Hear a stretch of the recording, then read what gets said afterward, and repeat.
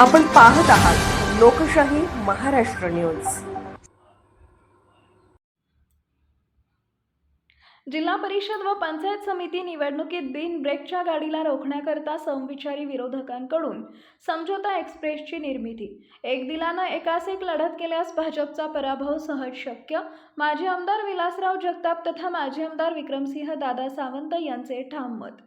जत विधानसभा निवडणुकीपासून आमदार गोपीचंद पडळकर यांची बिनब्रेकची गाडी सुसाट वेगाने धावत असून विधानसभेबरोबर जत नगर परिषद निवडणुकीतही या बिनब्रेकच्या गाडीला रोखणं विरोधकांना जमलं नाही। अर्थात समविचारी विरोधकांकडून एकत्र न आल्यानं भाजपला विजयाची संधी सहजपणे शक्य झाल्याचं मत जतचे माजी आमदार विक्रमसिंह दादा सावंत व विलासराव जगताप यांनी पत्रकार परिषदेत व्यक्त केले।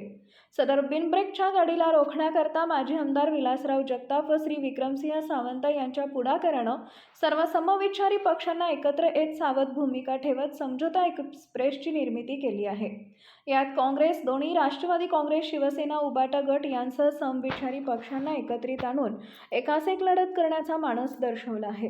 एक दिलानं सर्व हेवे दावे बाजूला सारून मोठी ताकद लावल्यास होणाऱ्या जिल्हा परिषद व पंचायत समिती निवडणुकीत भाजपला सहज पराभूत करणं शक्य आहे।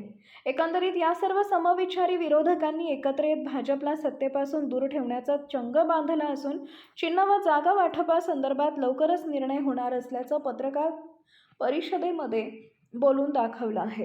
एकंदरीतच जतच्या जिल्हा परिषद व पंचायत समिती निवडणुकीत भाजपची बिनब्रेकची गाडी रोखण्याकरता विरोधकांनी एकत्र येत समझोता एक्सप्रेसची निर्मिती केली असली तरी जत तालुक्यातील शून्य मतदारांच्या भूमिकेकडे साऱ्यांचं लक्ष लागून राहिले आहे। ऐकूया पत्रकार परिषदेतील बोलक्या प्रतिक्रिया। येणाऱ्या जिल्हा परिषद आणि पंचायत समितीच्या निवडणुकीच्या पार्श्वभूमीवर जत तालुक्यातील तमाम जनतेच्या आणि कार्यकर्त्यांच्या भावना या ठिकाणी समजून घेऊन आज जत तालुक्याच्या विविध प्रश्नांच्या हिताच्या दृष्टिकोनातून जातीवादी पक्षाच्या विरोधात सर्वजण या ठिकाणी आम्ही एकत्र येऊन ही जिल्हा परिषद आणि पंचायत समिती निवडणूक लढवणार आहोत।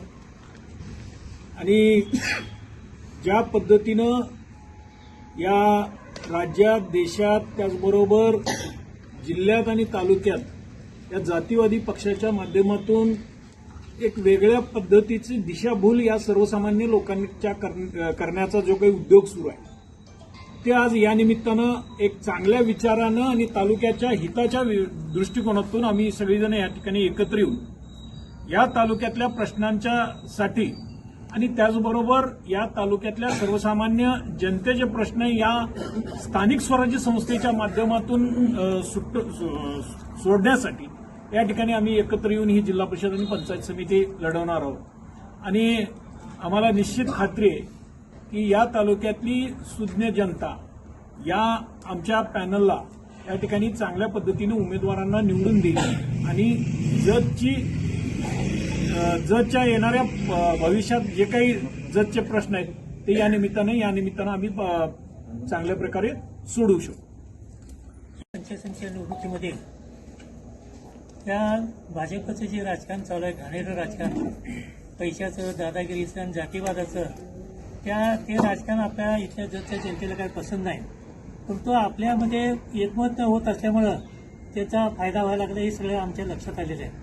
त्यामुळे आम्ही एक विचार केला सर्व पक्षाच्या लोकांनी की आपण सगळ्यांनी एकत्रित येऊन जर एकाच एक लढत दिली, आपण भाजपच्या विरोधात एकच जर उमेदवार दिला तर आपण जिंकू शकतो, ही सगळ्याची प्रबळ भावना आहे पक्षाच्या अध्यक्षाची आणि इथल्या मतदाराची सुद्धा तीच भावना आहे। त्यामुळे आम्ही सर्व पक्षाच्या नेत्यांनी एकत्रित बसून विचार केला आणि भारतीय जनता पार्टीच्या लोकांना एकाच एक असं सीट देण्याचा आमच्या सर्वानुमते ठरलेलं आहे।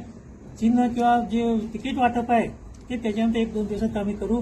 सध्या एवढंच ठरलंय की सगळ्यांनी मिळून भाजपला एकाच एक सीट देण्याबद्दल सर्व पक्षाचं आमचं एकमत झालेलं आहे आणि त्या पद्धतीनं आपण ही जिल्हा परिषद पंचायत समिती निवडणूक एकमतानं टक्कर देऊन भाजपचा पराभव निश्चितपणे आपण करू। लोकशाही महाराष्ट्र न्यूज चॅनलला लाईक करा, शेअर करा आणि सबस्क्राईब करा।